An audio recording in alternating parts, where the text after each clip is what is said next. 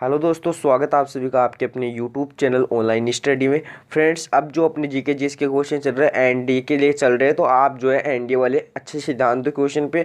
आज के जो क्वेश्चन का टास्क को फटाफट कंप्लीट करते हैं। पहला क्वेश्चन दे रखा है, आरबीआई के प्रथम भारतीय गवर्नर कौन है। तो आरबीआई का पूरा नाम होता है रिजर्व बैंक ऑफ इंडिया। चलो, तो आरबीआई की स्थापना कब होती है, इसका हेड क्वार्टर का, ये दो क्वेश्चन आपको कमेंट बॉक्स में छापना है।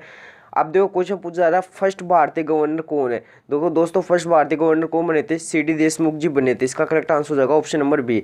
और यदि बात करें ओशबोर्न स्मिथ, ये कौन है, तो दोस्तों केवल और केवल आपको पूछ ले first governor, non Indian governor पूछे तो कौन हो जाएंगे, ओशबोर्न स्मिथ जी हो जाएंगे। और यदि आपको पूछ ले कि जो है इसके प्रेसिडेंट कौन है, मतलब इसके जो है प्रेसिडेंट 25वें नंबर के जो प्रेसिडेंट बने कौन बने, तो शक्तिकांत दास जी जो हो जाएंगे, जो कि क्या है हाल ही में, और जब प्रेजेंट टाइम में जो है इसके अध्यक्ष हो जाएंगे, प्रेजेंट टाइम में क्या हो जाएंगे, इसके गवर्नर हो जाएंगे। वो भी आपको पता होना चाहिए। तो आपको पूछ लिया आरबीआई के प्रेजेंट टाइम में गवर्नर कौन है, वो हो जाएंगे कौन, शक्तिकांत दास जी। कितने नंबर के, 25वें नंबर के है।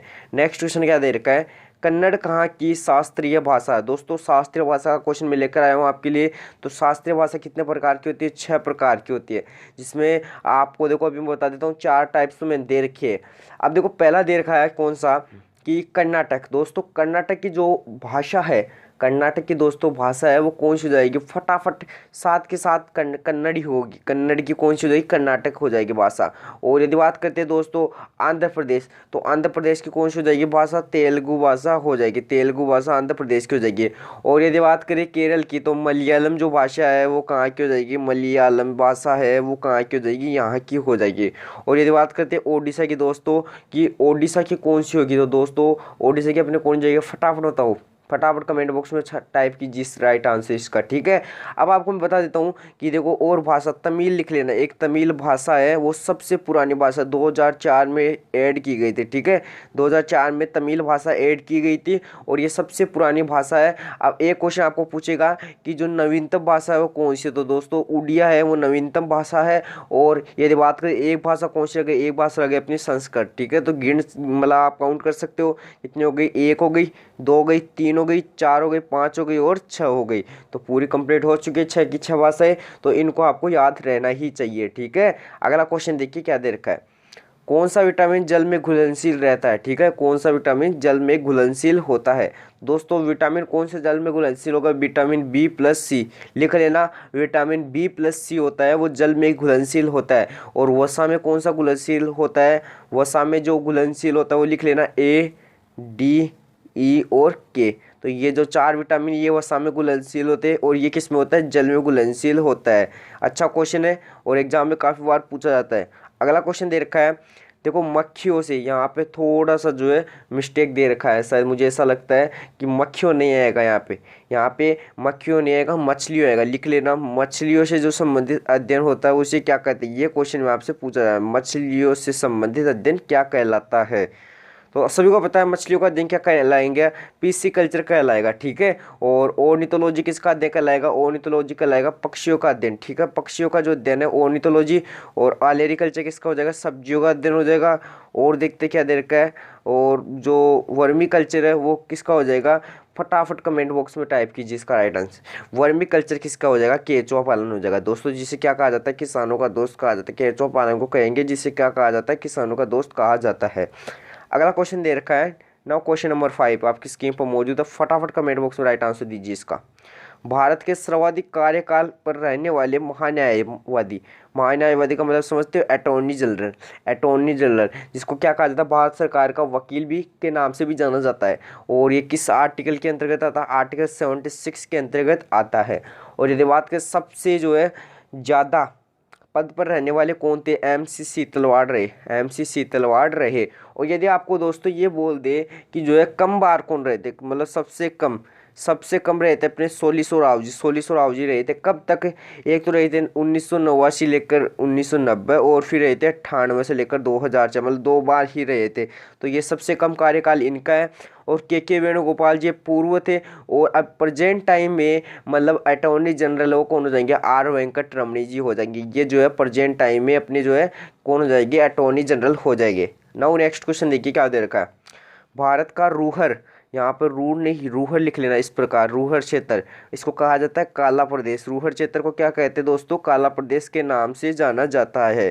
तो ये जो काला प्रदेश है किस नदी घाटी को कहा जाता है? भारत में पूछा है, भारत में रूहर क्षेत्र किस नदी घाटी को कहा जाता है? तो रूहर क्षेत्र का आप मतलब समझ चुके हैं, काला प्रदेश। और तो इसको किस नदी को कहेंगे? दामोदर नदी को कहेंगे, ठीक है। और यदि आपको बोल दे विश्व में दोस्तों रूहर क्षेत्र किसे कहा जाता है, ठीक है। तो रूहर क्षेत्र कहाँ है विश्व में? जर्मनी में राइन नदी के पास। लिखो, जर्मनी में राइन नदी का नाम सुना होगा, राइन नदी, ठीक है, जर्मनी में राइन नदी के पास। तो ये भी आप नोट कर लेना, अच्छा क्वेश्चन है, टॉप लेवल का क्वेश्चन है, एग्जाम में बार बार पूछा जाता है। एक क्वेश्चन आप लिख लो, अलमाटी बांध है कौन सी नदी पर स्थित है? अलमाटी बांध लिखो, अलमाटी बांध है कौन सी नदी पर स्थित है? तो अलमाटी बांध हो जाएगा कौन सी नदी पर? कृष्णा नदी पर हो जाएगा। एक क्वेश्चन आपको क्या पूछेगा दोस्तों? एक क्वेश्चन आपको पूछेगा, बांग्लादेश में गंगा नदी को किस नाम से जाना जाता है? पद्मा नाम से जाना जाता है, इसको भी नोट कर लेना। अगला क्वेश्चन दे रखा, देखिए, राष्ट्रीय स्टार्टअप दिवस कब मनाया जाता है दोस्तों? अच्छा क्वेश्चन है, टॉप लेवल का क्वेश्चन है। राष्ट्रीय स्टार्टअप दिवस कब मनाया जाता है? 16 जनवरी, 23 जनवरी, 26 दिसंबर, नन। आपको मैं बता दूं कि स्टार्टअप दिवस होता है 16 जनवरी को मनाया जाता है। और यदि बात करते हैं 23 जनवरी को क्या मनाया जाता है? पराक्रम दिवस मनाया जाता है, पराक्रम दिवस मनाया जाता है, लिख लेना, अच्छा क्वेश्चन है। 26 दिसंबर को दोस्तों मनाया जाता है वीर बाल दिवस, वीर बाल दिवस होता है वो 26 दिसंबर को मनाया जाता है, ठीक है। तो ये भी आपको पता होना चाहिए। और यदि बात करते हैं रेड क्रॉस डे, तो 8 मई को क्या मनाया जाता है? रेड क्रॉस डे मनाया जाता है, रेड क्रॉस डे मनाया जाता है। रेड क्रॉस डे कब मनाया जाता है? 8 मई को मनाया जाता है। दोस्तों एक क्वेश्चन आपको मुझे याद आ गया, करंट अफेयर्स का एक क्वेश्चन याद लिख लेना कि जो निखत जरीन का आपने नाम सुना होगा, देखो नीचे बता देता हूँ मैं आपको, निखत जरीन से रिलेटेड क्वेश्चन क्या पूछेगा निखत जरीन से? दोस्तों निखत जरीन का आपने नाम सुना होगा, निखत लिख देता हूँ मैं एक बार, देखो अच्छे से, इसका नाम आपको पता होना चाहिए। इसने देखो क्या किया, मैं बता देता हूँ। निखत जरीन ने दोस्तों ये भारत की बेटी है, जो क्या किया इसने क्या है, बॉक्सिंग में फिर से भारत देश का नाम जो है रोशन किया है, बॉक्सिंग में चैंपियनशिप में विनर किया है इसने। तो ये भी आपको पता होना चाहिए, करंट अफेयर्स का क्वेश्चन आपको पूछा जा सकता है। अब पूछा जा रहा है जीआई टैग, जिसको कहा जाता है भौगोलिक संकेत है, कब लागू किया गया था? तो दोस्तों जीआई टैग है कब लागू किया गया था आपको पूछेगा। पहले तो ये बताओ कौन सा एक्ट है, मतलब कब का एक्ट है? 1999 का एक्ट है, ठीक है, 1999 का एक्ट है। और यदि बात करती है कितने वर्ष का है? 10 वर्ष का है, 10 वर्ष के लिए, 10 वर्ष का। और ये जो लागू होता है दोस्तों, तो वो लागू कब होता है? 2003 से ये लागू होता है। और पहली बार जो लागू होता है वो कहाँ होता है? 2004 में दार्जिलिंग की जो चाय है वहाँ लागू होता है। दार्जिलिंग की जो चाय है, दार्जिलिंग चाय में जो है पहली बार लागू होता है 2004 में। और अभी यूपी में टेराकोटा में जो जीआई टैग है वो किसको है? गोरखपुर में, लिख लो, यूपी का जो जीआई टैग है वो गोरखपुर को है, लिख लो। यूपीआई में टेराकोटा का जो जीआई टैग है, लिखो, मैं लिख देता हूँ, यूपी में जो जीआई टैग है वो टेराकोटा का जो है किसको दे रखा है? गोरखपुर को दे रखा है, गोरखपुर को दे रखा है, ठीक है, गोरखपुर को दे रखा है। नेक्स्ट क्वेश्चन देखिए क्या दे रखा है, असंगत को पहचानिए, मतलब कुछ दर्रे दे रखे आपको तो उनको गलत दे रखा है एक दर्रा, तो उसको पहचानना। बोमडीला दर्रा अरुणाचल प्रदेश, नाथुला दर्रा सिक्किम, नीतिपास दर्रा उत्तराखंड और शिपकिला दर्रा असम। तो दोस्तों अब अपने को पहचाना, बोमडीला दर्रा है वो अरुणाचल प्रदेश में, बिल्कुल सही दे रखा अपने को बोमडीला दर्रा, ठीक है। अब बात करते नाथुला दर्रा, दोस्तों नाथुला दर्रा बिल्कुल सही है, सिक्किम में। और नीतिपास जो दर्रा है वो उत्तराखंड में दे रखा है आपको। यहाँ फिर अपन कह सकते हैं जो लिपुलेख दर्रा है वो भी कहाँ पे अपना, वो भी यहीं पे अपना, कहाँ पे? उत्तराखंड में।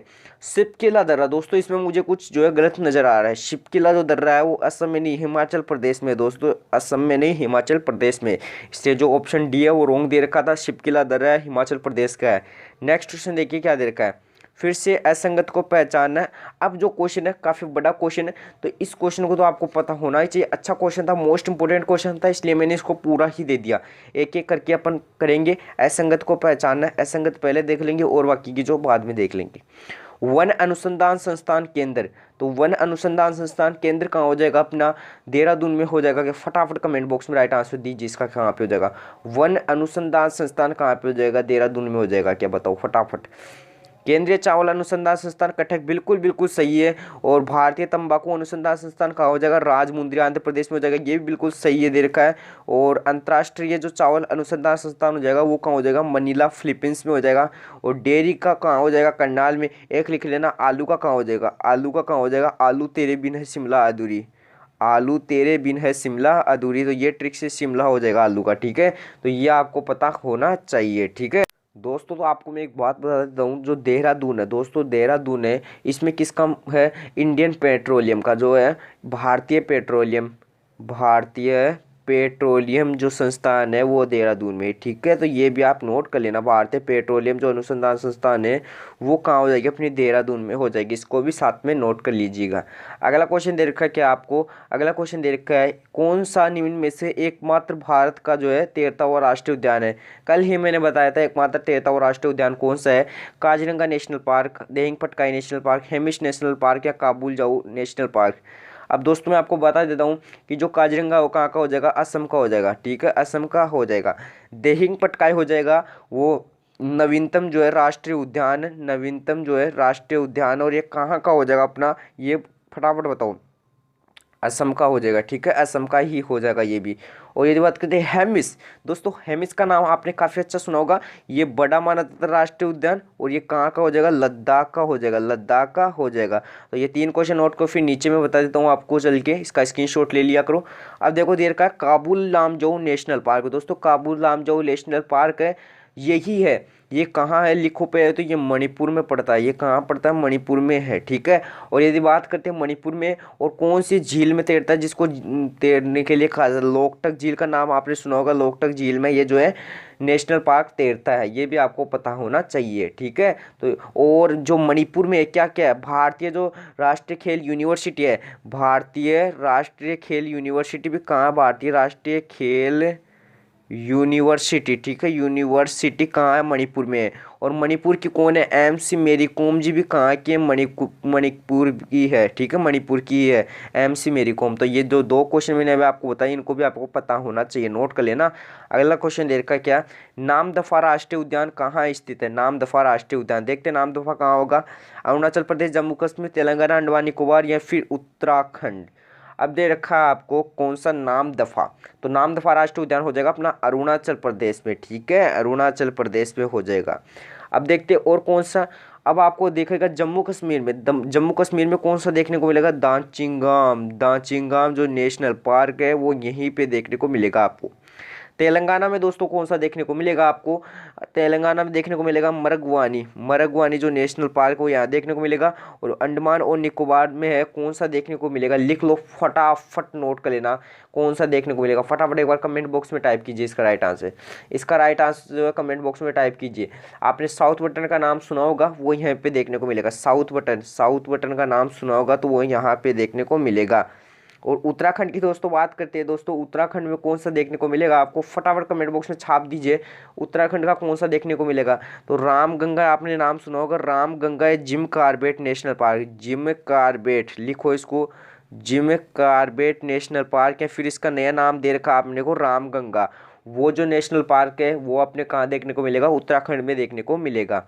नेक्स्ट क्वेश्चन देखिए क्या दे रखा है, नेक्स्ट क्वेश्चन देखो, एक बार इसको हटा देते हैं, हाँ ठीक है अब सही है। नेक्स्ट क्वेश्चन दे रखा क्या, ग्रीन हाउस गैस को रोकने हेतु प्रोटोकॉल किया गया था, ठीक है। तो ये पता होना चाहिए कि ग्रीन हाउस गैस को रोकने हेतु प्रोटोकॉल किया गया था, उस प्रोटोकॉल का नाम क्या है और कब किया गया था, तो लिख लेना, इस प्रोटोकॉल का नाम है क्योटो प्रोटोकॉल, लिखो इसका प्रोटोकॉल का नाम है क्योटो प्रोटोकॉल, क्योटो प्रोटोकॉल, ठीक है। और कब किया गया था, 1997 में, 1997 में किया गया था। और क्योटो प्रोटोकॉल को जो है कौन सा स्थान पे, जापान का स्थान है, जापान में, ठीक है, जापान। और यदि आपको पूछ ले, एक तो ये हो गया, एक बोल दे ओजोन परत के क्षरण को रोकने हेतु, ओजोन परत का जो क्षरण है उसको रोकने हेतु कहाँ किया गया था, क्या किया गया था, तो ओजोन परत के क्षरण को रोकने हेतु लिख लेना, काफ़ी अच्छा क्वेश्चन पूछता है इससे बार बार में। 16 सितंबर 1987 में मॉन्ट्रियल प्रोटोकॉल, दोस्तों मॉन्ट्रियल प्रोटोकॉल, मॉन्ट्रियल प्रोटोकॉल किया गया था। और कहाँ किया गया था दोस्तों, कनाडा में किया गया था, कनाडा में किया गया था, लिख लेना इसको भी, अच्छा क्वेश्चन बनता है यहाँ से, कनाडा में किया गया था मॉन्ट्रियल प्रोटोकॉल, ठीक है। और भी मैं क्वेश्चन बताने जा रहा हूँ आपको, पहले इसको हटा देते एक बार, ठीक है। अब आपको पूछेगा क्या, देखो दोस्तों नीचे चलते हैं, अभी बता देता है आपको। अब आपको पूछता है कि वायु प्रदूषण के लिए भी कुछ ना कुछ तो प्रोटोकॉल किया होगा ना इन्होंने, वायु प्रदूषण को रोकने। तो दोस्तों वायु प्रदूषण का जो है मापक किससे किया जाता है, पहले मुझे ये बताओ लाइकेन। देखो दोस्तों वायु प्रदूषण का हो गया है, देखो आपको मैं बता देता हूँ, छोड़ो इसको, छोड़ो इसका कोई ज़्यादा इतना क्वेश्चन नहीं पूछा था, इसको छोड़ दो। अगला क्वेश्चन देखते हैं अपना। अगला क्वेश्चन दे रखा है ग्लूकोमा से प्रभावित कौन सा अंग होता है, ग्लूकोमा से प्रभावित अंग का नाम बताइए। तो अखियाँ लिख दिया मैंने, यहाँ पे आँख आएगा, ठीक है, अखियाँ लिख दिया, कोई बात नहीं है। आँख जो है प्रभावित अंग हो जाएगा। और आँखों में कौन सा रोग होता है, रतौंधी रोग होता है, सभी को सुना होगा रतौंधी रोग का नाम। लीवर जिसको कहते हैं यकृत, ये किससे प्रभावित होता है, हेपेटाइटिस से प्रभावित होगा वो शायद, ठीक है, हेपेटाइटिस, ठीक है, हेपेटाइटिस। और फेफड़े किससे प्रभावित होगी, निमोनिया, लिखो निमोनिया दोस्तों। ये 3 क्वेश्चन भी आपको पता होने चाहिए। नाउ नेक्स्ट क्वेश्चन 15 नंबर का। 1916 के लखनऊ अधिवेशन की अध्यक्षता किसने की थी दोस्तों, 1916 के लखनऊ अधिवेशन हुआ था, तो उसकी अध्यक्षता करने वाली का नाम बताइए। तो उसकी अध्यक्षता की थी, देखो पहले तो लिखो 1907 में क्या हुआ था, नरम और गरम दल थे, नरम और गरम दल। 1907 का जो सूरत अधिवेशन था तो उसमें ये जो है मतलब टूट गए थे, ये जो है टूट गए थे। और फिर 1916 का जो लखनऊ अधिवेशन हुआ था जिसकी जो है अध्यक्षता किसने की थी, लिख लेना, अंबिका चरण मजूमदार ने की थी, अंबिका चरण मजूमदार, इन्होंने की थी इसकी अध्यक्षता। इसमें जो ये दोनों दल है ये जुड़ गए थे, ये दोनों दल है जुड़ गए थे, ये आपको पता होना चाहिए। अगला क्वेश्चन देखा क्या, 36वें राष्ट्रीय ओलंपिक कहाँ आयोजित हुए थे, 36वें राष्ट्रीय ओलंपिक जो है कहाँ आयोजित हुए थे, गुजरात में, जो गुजरात के 7 शहरों में, गुजरात के 7 शहरों में हुए थे। और आपको पूछा जाए कि इसका शुभंकर कौन था, शुभंकर का क्वेश्चन 100% आता है, शुभंकर थे सावजी, ठीक है, शायद सावजी नहीं थे, सावज थे। तो ये भी आपको पता होना चाहिए। और 37वें नंबर के जो राष्ट्रीय ओलंपिक होंगे वो कहाँ होंगे दोस्तों, फटाफट बताओ, गोवा में होंगे, ठीक है, लगभग जो है गोवा में होंगे 37वें नंबर के। क्वेश्चनों में मजा आया हुआ तो एक बार कमेंट बॉक्स में टाइप जरूर कर देना। 16 मिनट में 16 क्वेश्चन किए, लगभग ज़्यादा ही क्वेश्चन किए अपने। तो क्वेश्चन में मजा आया तो कमेंट बॉक्स में टाइप करना कि ऐसे ही क्वेश्चन और लाते हो, जिससे क्या था हमारा भी मोटिवेशन बढ़ता है। हमको क्या चाहिए, और हमको तो हमारी बढ़ाई चाहिए ना, ठीक है, जितना पढ़ा है उसका जो है अपने को मिल जाए ना कुछ तो हमें जो है आपकी तारीफ सुननी है, हमें तो हमारी तारीफ सुनिए, जिससे हम आपके लिए और भी कुछ अच्छा लाए। तो कमेंट बॉक्स में बता देना कैसा लगा वीडियो, ऐसे ही क्वेश्चन लाता रहूँगा। हाँ थोड़ा बहुत जो है क्या है मिस्टेक है कि अपने जो है आवाज़ जो क्लियर नहीं हो पाती, क्योंकि अपने पास दोस्तों कुछ स्पीकर वगैरह है नहीं, ईयरफोन से कनेक्ट करके अपन वीडियो बनाते हैं, और जो है पेन भी नहीं है जो इससे अच्छी तरह नहीं लिख पाते, फ़ोन में अपन वीडियो बनाते हैं ईजिली, कोई बात नहीं है। लेकिन जब तक पढ़ा रहे वैसे पढ़ लो आप, तो अच्छा सा पढ़ा रहे आपको, जैसे बोल रहा हूँ वैसे आप जो है नोटिस किया करो। तो आज के लिए इतना काफ़ी है, एक बार फिर नई वीडियो के साथ मिलेंगे, तब तक के लिए बाय बाय, टाटा, जय हिंद, जय भारत।